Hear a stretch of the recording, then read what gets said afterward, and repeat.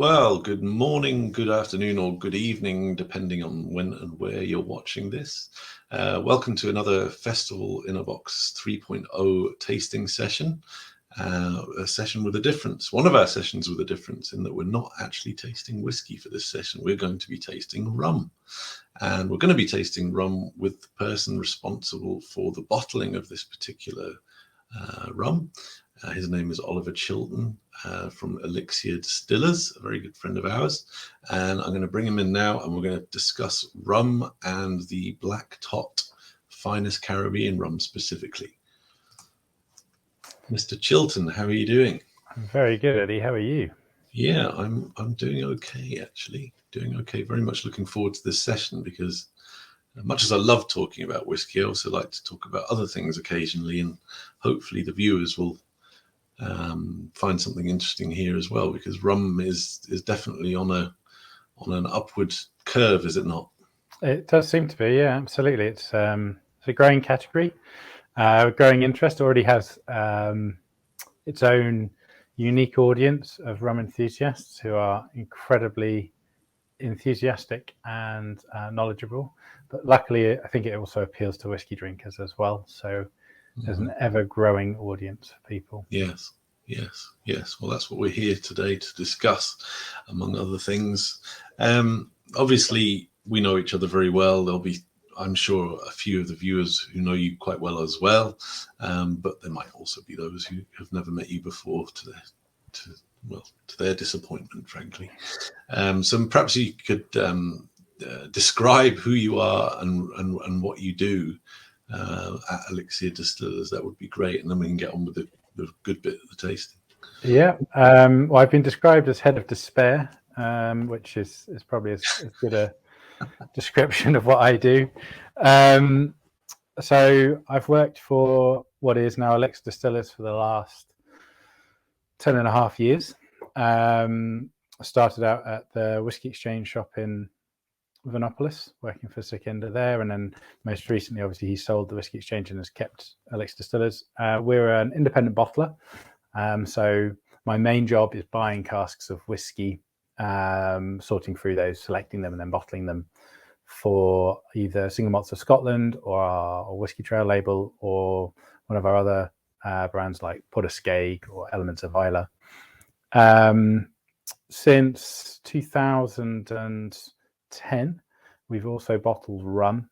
So Sikenda, my boss, found a parcel of flagons of rum, which were from the last consignment of rum for the Royal Navy.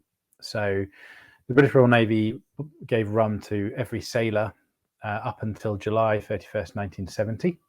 They used to buy bulk rum from all over the world. They'd been doing it for well over 100 years, and they used to collect all that rum and marry it in massive vats. There are two big yards that used to marry it in, and then they would take from those vats and send it out to the ships for the sailors to drink. And when they stopped doing that in 1970, they were left with loads of rum. They took all that rum and they stuck it into flagons. And we bottled a lot of those flagons in 2010, and since 2018-19, I've been working on our Black Tot project to kind of revive the idea of rum blending, international rum blending, and Navy rum. Oh, you want me back? Oh, I went on a bit of a tangent there. Sorry, I got lost in the Black Tot. No, that's all right. I was enjoying the story. Good stuff. Well, so obviously that's not what we're tasting today, those historic flagons, but it's not. No. We are going to be tasting the Black Tot, which is the flagship expression of the range, I believe.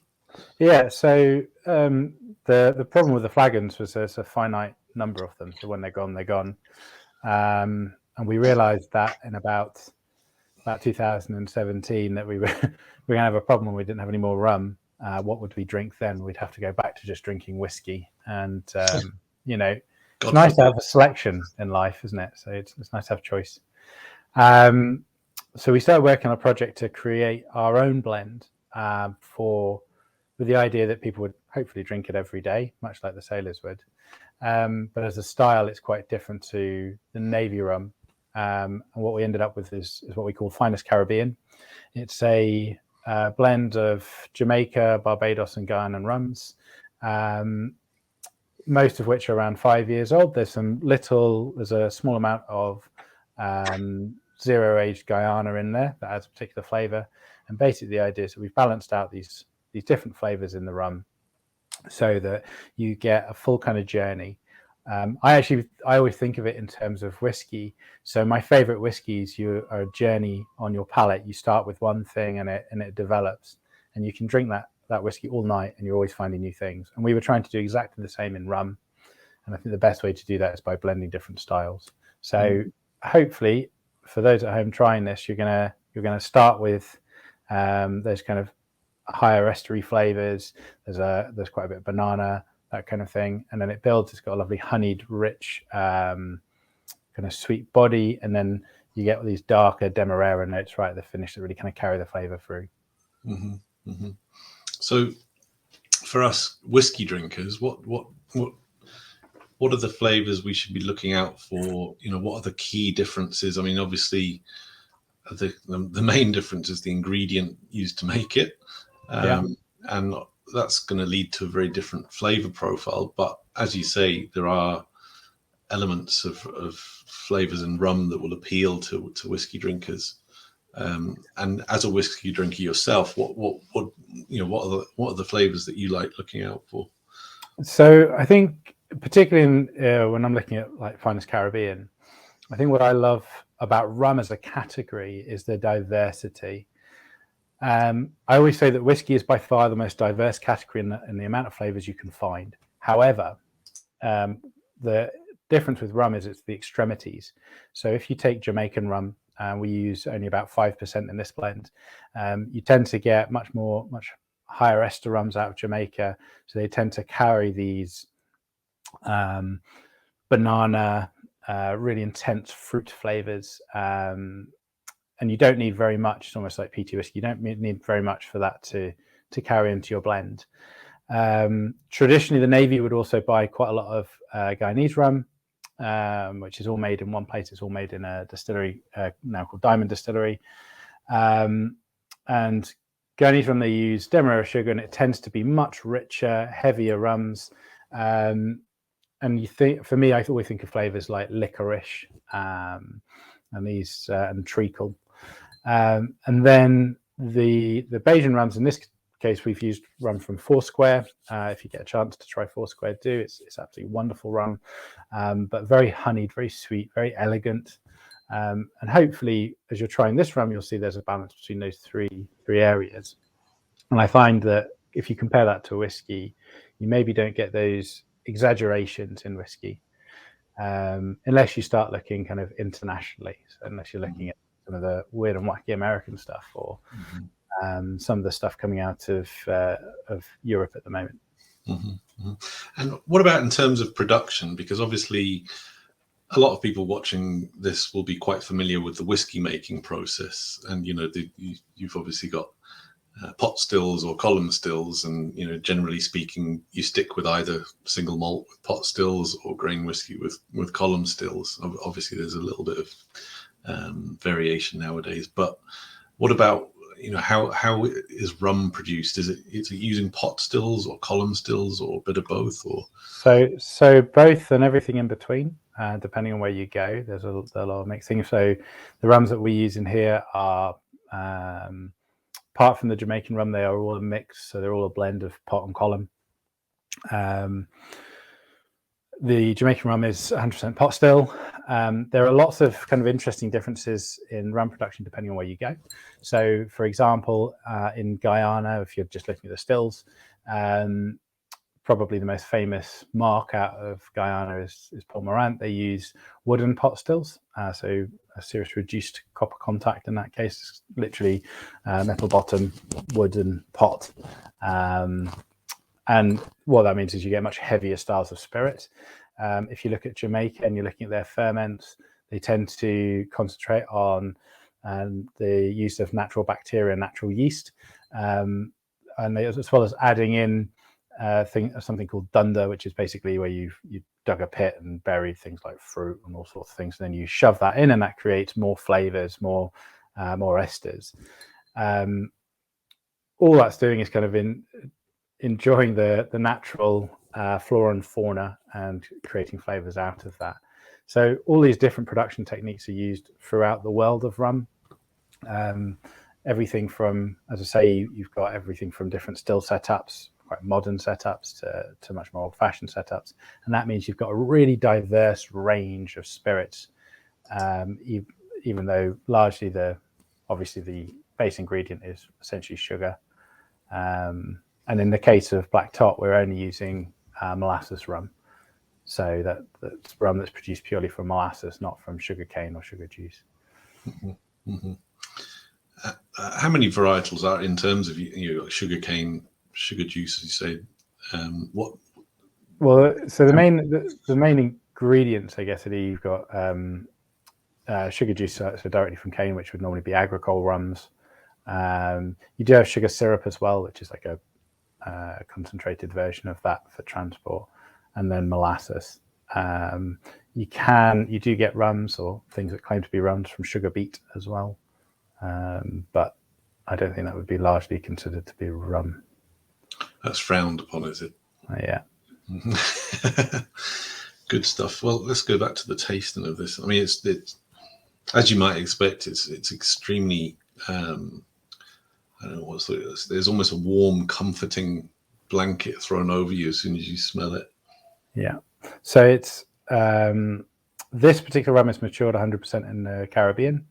So the stock is all distilled in the Caribbean and then stored there and then brought over to Europe and blended in Europe and then bottled in Scotland. What that means is obviously your maturation cycle is probably a little bit faster. There does seem to be a warmth that comes from rums matured in the Caribbean versus continental, like European aging. Mm-hmm. It's not better, it's just different. We also bottle rum that's part aged in the Caribbean, part aged in the UK. Mm-hmm. But it's interesting to see that warmth. It is a character that a lot of people associate with aging in the tropics. Mm. That's quite interesting that they're permitted to mature whiskies other than, on the islands where it's been made. Well, they are at the moment. It depends where you are. It's a funny category, rum, because it often gets compared to, say, Scotch whiskey, but you always have to remember Scotch is only one category within a very large category of whiskey. Very rarely do you compare, say, Bajan rum to Scotch whiskey. You just compare rum. There is a movement to change that. So certain islands such as Jamaica and Barbados are all looking at GIs, so they can define what they make and protect it. And then there will be a certain amount of, it has to be matured on the island. But historically, and the Black Tot story is part of this.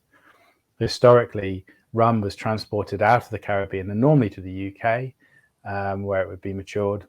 Mm-hmm. So, for instance, Guyana Distillers, one of their main bases was Liverpool for a very, very long time, and most of their trading went out of Liverpool. And even today, the biggest rum maturer and blender in the world is in Amsterdam. So it's quite common, historically, that rum would travel. Yeah, I wonder if that will change over time as perhaps the rum industry looks inwardly and also outwardly at things like the Scotch whisky industry and say, well, why aren't we doing things like that? I imagine it will, but I think it'd be sad if it changes too much, because although I do understand people's love of the idea of place, rum's history is so diverse and so international. And I think in some ways it's the only spirits category that really celebrates that. From a blending point of view, when you're looking at different flavors and flavor creation, it's a really exciting place to be. Whiskey will always be my first love, and I still automatically go to a whiskey bottle at night. But when it comes to working with something, the diversity and the almost the inclusiveness of rum as a global spirit is really amazing. So as much as I think it's really important for some brands who want to celebrate where they're from, which is fantastic, I just hope it, as a category, it doesn't lose that, because I think it's special, and that in itself needs to be protected. Yeah. And just talking about maturation, what is rum generally matured in? Is it the same type of casks that whiskey would be matured in? Pretty much, majority is American oak. A lot of normally ex-bourbon. So the majority of what we buy is in ex-bourbon or American oak. Starting to see an increasing amount of stuff in different woods. Indeed, we've matured rum in sherry and all sorts of things. Everything that's in Finest Caribbean is in first fill bourbon barrels. So all American oak. And when you mature rum in a sherry cask, for example, or ex-sherry cask, or is the difference as noticeable as it is, versus a malt whiskey that's been matured in bourbon or sherry? To me, it is. Yeah, absolutely. It's maybe a slightly different, obviously a different combination of flavors, and it's a different expression. We've not done any full maturation, so it'd be interesting to do that. But we've got a couple of experiments running at the moment, and you definitely see big differences. And you can see there's actually a lot, in some ways, a lot of synergy between those flavors. It works really well. It's a funny time of year to be doing this. Obviously, for us, I'm not sure when it's going out, but it's just before Christmas. And sometimes I find like the rums we've just received in that we've had in sherry for the last year, those flavors for this time of year are, things that I think of, like rum cake and sherry, and that it's actually really, from a perspective of saying at Christmas, it's a really enjoyable thing to be drinking. I look forward to trying one or two of those one day. What was I going to ask you? Yes, in terms of, throughout these sessions, I've been adding water to whiskey, as it's kind of natural to help develop the aromas from my point of view, and just a habit, I guess. But what about with rum in general? Is it something? Does it work in the same way? It does. So this particular rum is 46.2%. We brought it down to 46.2%, and that was a choice. I tried it at lots of different strengths, and in the end, it was just a game of, this is what I like it at, and that's what we'll bottle it as. However, it's your drink. So exactly the same as whiskey. Once you bought the bottle, you've spent the money, you can do what you like. As with any spirit, if you add water, you're reducing the alcohols, and you are changing the way some of the flavor compounds interact and will be released. So you will get different flavors out of it if you add water. Whether that's better or worse is completely personal preference. But I would definitely say give it a go. Finest Caribbean is non-chill filtered, and there's no colouring added, at least not at the point of bottling. Rum's a funny one. So, for instance, with Demerara rum, historically it would be sold by colour. So it would be on a sheet offered out by colour rather than anything else. And what they would do, this is historically, they would quite often add molasses or a byproduct of molasses, a very thick, almost treacle-like substance, to the wood. They would add it to the cask, they'd wrap the cask in it, and they'd pour it out just to change the colour of the rum. And our youngest component in this rum is jet black in colour, and that comes directly from the distiller. They're adding something to it. It's not alcohol caramel that we would know. I've seen it. It's thicker, dirtier, and slightly more horrible. But it adds a density to the rum, which is what we wanted it for. It added this kind of dense licorice note in itself. You probably wouldn't want to drink it on its own, but as a small percentage of our blend, it adds an idea. And it's a very traditional thing to do. It's been done. So almost like adding a peated whiskey to a blended Scotch. Exactly the same. Yeah, exactly the same idea. But that history of adding things to rum is quite ingrained. But going back to your adding water, because it's non-chill filtered, you will if you add water, you will see the oils come out, and you might get some hazing. So it might get cloudy. Won't do you any harm, though. That's the main thing. Well, I've added water to it, and I get a lot more I get less of the sort of bassy flavors and more middle, if that makes sense. So it's kind of more fruity now. Yeah. More kind of mainly stewed fruit, like apples, like really stewed apples. But it's still nice.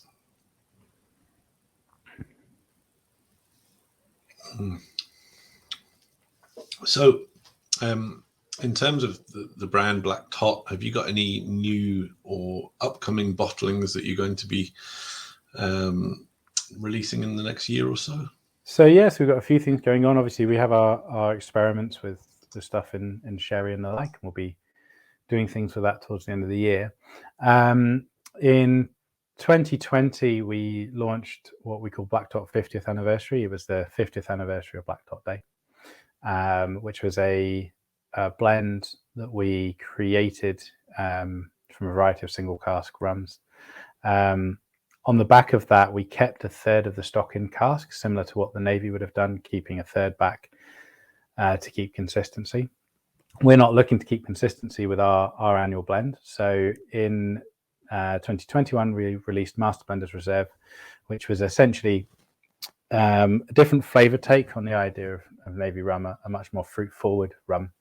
But a percentage of that rum was from the third we left over from 2020. And in 2022, we will be launching Master Blenders Reserve 2022, and that will contain a percentage of last year's rum, along with a slightly larger percentage of Jamaican rum this year. And we're building a slightly different flavor profile again, with this idea that we can explore flavor and rum annually for our Master Blenders series. Cool. That's plenty to look forward to then. Absolutely. Well, I look forward to tasting, if not all of those, most of those. Okay, and then I guess finally, just to quickly ask you, I'll ask it with regards to rum, because that's what we're doing. Is there anything exciting down the track, perhaps not relating to Black Tot, or maybe relating to regulations or distillers or whatever? Is there anything of interest that you think is worthy of mention? From a rum point of view, I think it's a really exciting time. As you say, there's a growing interest in it. There's an increasing number of distilleries, including in the UK, which I think is pretty fascinating. The amount of people getting involved in the production of rum, and new ideas, new ways of thinking about it. In some ways, it's a very young category because it's been largely dominated by very big brands making very large quantities of spirit. So I think in a period of time where you've got an increased number of smaller producers concentrating on flavor, you're bound to find some really interesting new rums to come to the market. Outside of that, I think the question around GIs is certainly fascinating, and where that takes us. And I say my only hope is we don't lose some of the freedom that rum has. One of the things that we've been pushing quite hard with Black Tot is the idea around transparency and being able to share information about how we make it, what's in your bottle, because it's such a wide category, and the rules on rum, at least in Europe, are, we'll say, relatively flexible. There's the ability to be a little bit more open than you are, say, with Scotch whisky, where the rules can be quite restrictive in terms of information. So I think those are kind of the areas I'm really looking forward to exploring, whether it's the new distilleries or the transparency and the openness, and the way we can explore and explain a category. Mm-hmm. And obviously you were with us for the 3 festivals we did this year, in one capacity or another, and it was great to see Black Tot amongst the assembled whiskies and other bits and pieces as well. Hopefully we'll see you again for next year and see some of the new bottlings arriving there too. Well, for as long as we can go and see people, we will definitely be at festivals. I think it's been actually one of the most enjoyable things, getting to drink Black Tot with people at festivals. It's funny for us, we launched in 2019, well, we launched Finest Caribbean in 2019. So actually, when you think about it, we had a really short period of time to talk directly to people, to share with people. Now we were quite lucky in some ways. We've got a great brand ambassador in Mitch Wilson, who is really forward thinking in what we could do online, and we've reached out to people through things like this, which has been great. But it's so much better being able to share something with people in person, and get direct feedback and answer questions directly. For us, that's really important. So I'm really hoping that we get to be at pretty much every festival next year. Yeah. Well, also, say all of us. Now, I was going to say Slanger, but is there a more appropriate cheers for rum? I think I'm the right person to ask. I think at this point, Nick would normally have you standing on tables chanting. I think we'll probably just go with cheers. Okay. All right. Well, listen, thanks so much for coming on today, Ollie. Appreciate your time, and thank you for the wonderful Black Tot. I'm sure the viewers at home are thoroughly enjoying it. I certainly am. But if I'm not speaking to you, have a great Christmas and New Year, and I'll speak to you very soon. Cheers. Cheers, Eddie. Cheers.